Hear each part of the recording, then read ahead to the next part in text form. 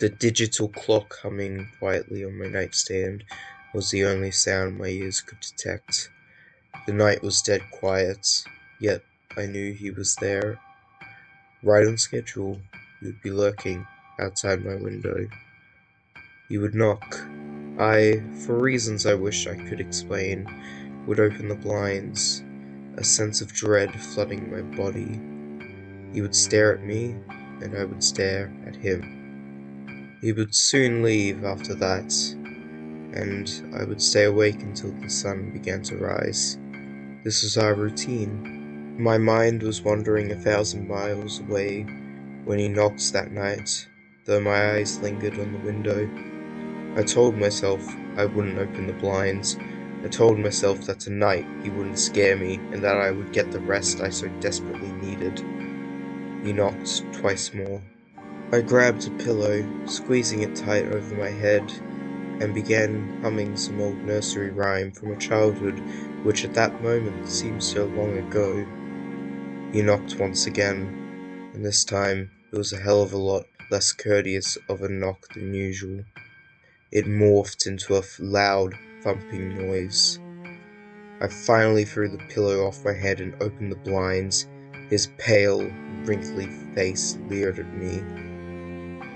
His lifeless black eyes that shone despite their darkness peered into my own. His stringy hair fluttered a little in the wind.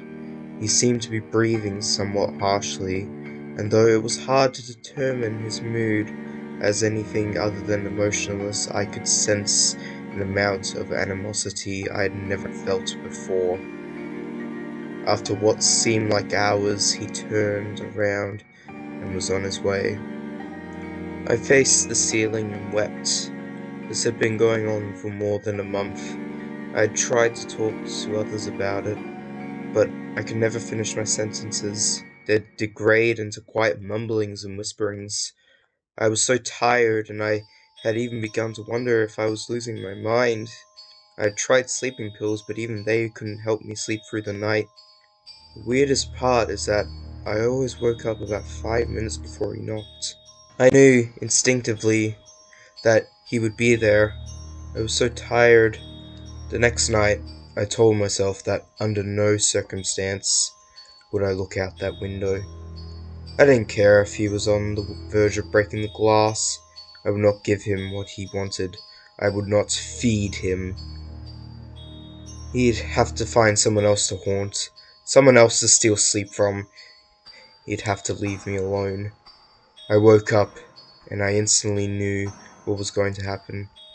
It's funny, I always anticipated his knocks, and yet I still jumped a little when I finally heard them. I lay in my bed quietly, as if I hadn't heard anything. He knocked again, and I hid under the pillow once more. He knocked again, even louder than he had the night before. I whimpered, but remained under the pillow. He knocked twice more. After that, things got quiet. I no longer had the feeling I was being watched. I pulled my head out from under my pillow and slowly looked out the window. Nothing, just my backyard. I laughed. I laughed so hard that little tears began to slip out my eyes. He was somebody else's problem now.